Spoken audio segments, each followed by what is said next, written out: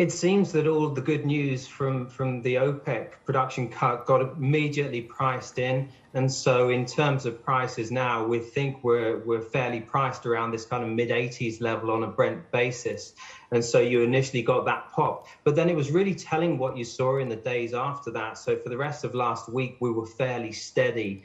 And so going forward here, this is going to be the most sort of bullish time in terms of demand in the next few months, because what we're going to be seeing is this increase coming through in terms of refinery maintenance. We're going to be exiting from that. We're also going to be having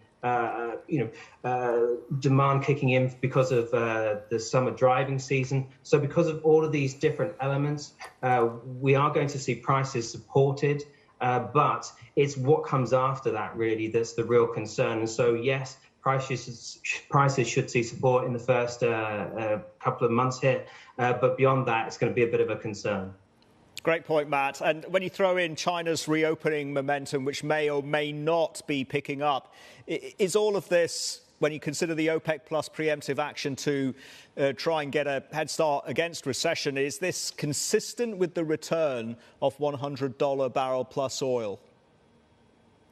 I don't think it is, Sri. The reason that OPEC Plus has come in, and particularly Saudi Arabia, is because they have demand concerns. You know, China isn't roaring back as everyone really expected. Yes, by all means, it's coming back to a certain extent.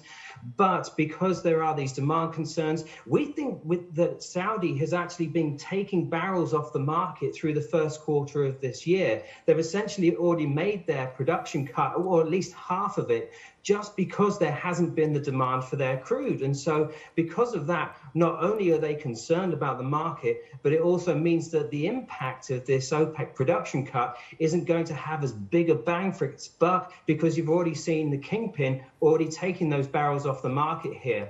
All the while you have Russia that is saying that it has cut production. We are still seeing strong crude exports. We see really strong refined product exports out of them as well. And so it may be the situation with Russia that their production is actually higher this year than it was last year in terms of the aggregated volume. And so a lot of this is meaning that prices have had that good news. We've seen the pop in terms of that sentiment, and now we're just going to tread water again around these kind of areas. So triple digit crude, it seems unlikely.